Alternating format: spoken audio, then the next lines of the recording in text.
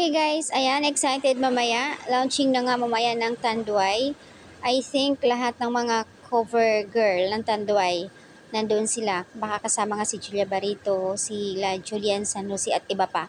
Yung mga newest cover Tanduay girl.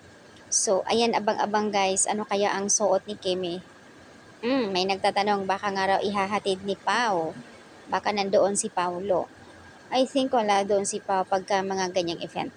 Pero malalaman lang din na natin yan. And to this to go guys, ayan malapit na rin natin makikita sa mga taga New Zealand, mga OFW. Yan, makikita nyo na rin si Kimi. Dahil nga 23-24 ang ganap niya, possible 22 aalis na yan. Ugali naman ni Kimi bago ang event. Before the event, ayan, nag-GG muna yan eh. So, ayan, abang-abang guys. Mukhang hindi lang tayo excited mamaya. Grabe, ang saya.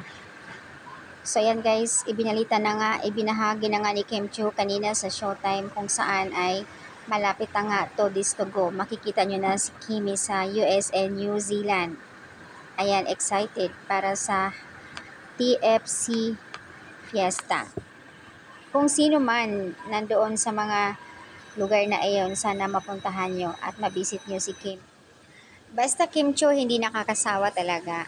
Yung araw-araw makikita mo sa Showtime na palaging masayahin. Kaya hindi nakakasawa ang beauty ni Kimi.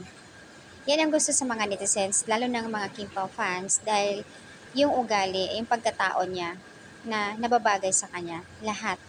Kumbaga nagre-reflect yun kung ano yung ugali niya, yung pagkatao niya sa mukha niya. 'Di ba? Kaya sobrang dami nagmamahal sa kanya.